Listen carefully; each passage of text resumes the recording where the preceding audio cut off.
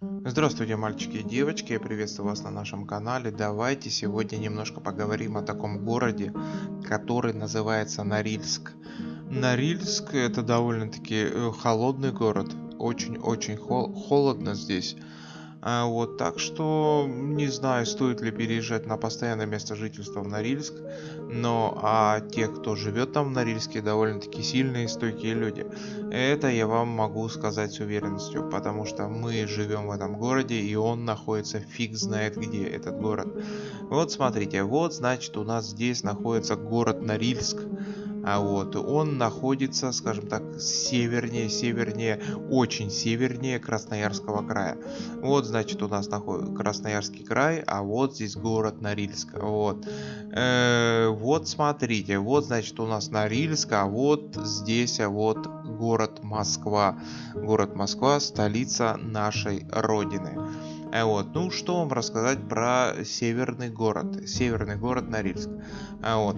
Северный город Норильск, там, конечно, полная, не буду говорить что, но люди там добрые, хорошие и отзывчивые. Да, это проверено временем и проверено на личном опыте. Вот.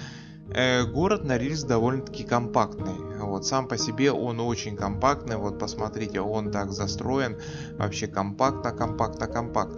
А вот, допустим, на материке города, поселки, они так реденько построены. То есть там дома, здесь дома. То есть площадь большая. Вот, и дома разбросаны то там, то сям. Но Норильск построен очень компактно. Вот, сейчас декабрь месяц, в Норильске очень холодно. Вот, сейчас вот, допустим, в Норильске на улице минус 30. Вот, минус 30 для норильчан, это, вы знаете, это хорошая погода. Вот, позавчера в городе Норильске было минус 40. Минус 40 и минус 45. Вот, но это показано на градуснике, минус 40, минус 45. А по ощущениям, там же, как же это все погода меряется, допустим, берется температура воздуха, и к этой температуре воздуха прибавляется еще вдобавок ветер. То есть ветер, если ветер там 5 метров в секунду, не дай бог 10 метров в секунду, то естественно градусы увеличиваются. Ну, то есть в каком плане увеличиваются? Уменьшаются. То есть если минус 40 плюс какой-то ветер, то сразу уменьшается градус и получается минус 50, получается минус 60. Так что вот так вот. А вот сейчас в городе Норильске у нас полярная ночь. Полярная ночь это такое довольно-таки дело грустное, то есть солнца вообще нету, и эта полярная ночь длится довольно-таки долго. Ну как долго? В космическом масштабе, конечно, это недолго, а для людей это долго, это 40 дней. 40 дней без солнца, это, конечно, тяжело. Честно вам скажу, это очень тяжело. Такое впечатление создается, как будто постоянно ночь. Вот. И люди ходят сонные, ватные и не очень в хорошем состоянии. Вот. Так что вот так вот. В Норильске зима длится где-то 9 месяцев. То есть, ну как зима 9 месяцев? Ну, я имею в виду, лежит снег 9 месяцев. То есть, допустим, вот представьте, 9 месяцев снег лежит у вас на улице. Это довольно-таки неприятно и неинтересно. Вот. А все остальное, то есть все остальные времена года, то есть осень, весна, лето, всего лишь 3 месяца.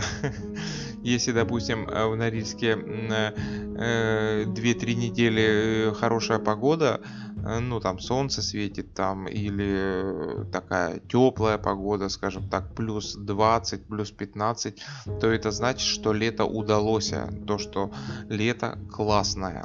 Вот. А если, конечно, дождливо и пасмурно постоянно и минус, ой, не минус, а плюс 10, то лето вообще не удалось. Так что вот так вот.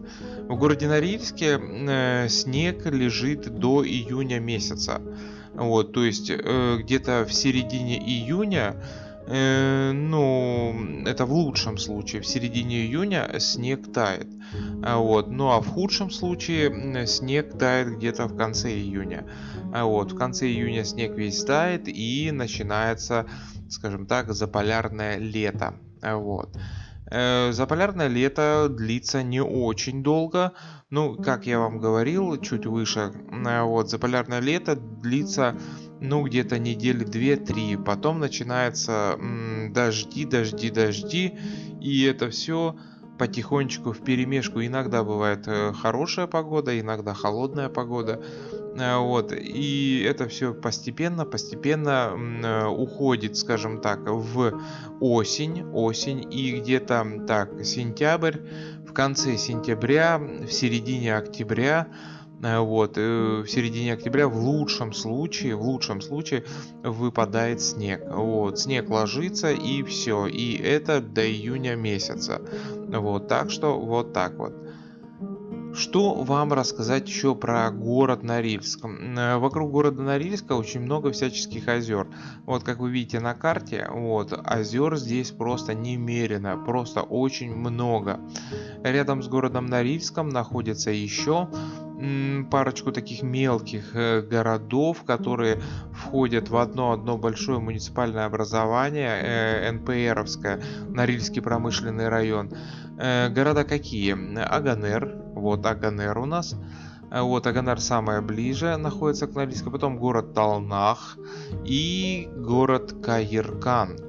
Также, скажем так, в Норильский промышленный район входит аэропорт Алыкель.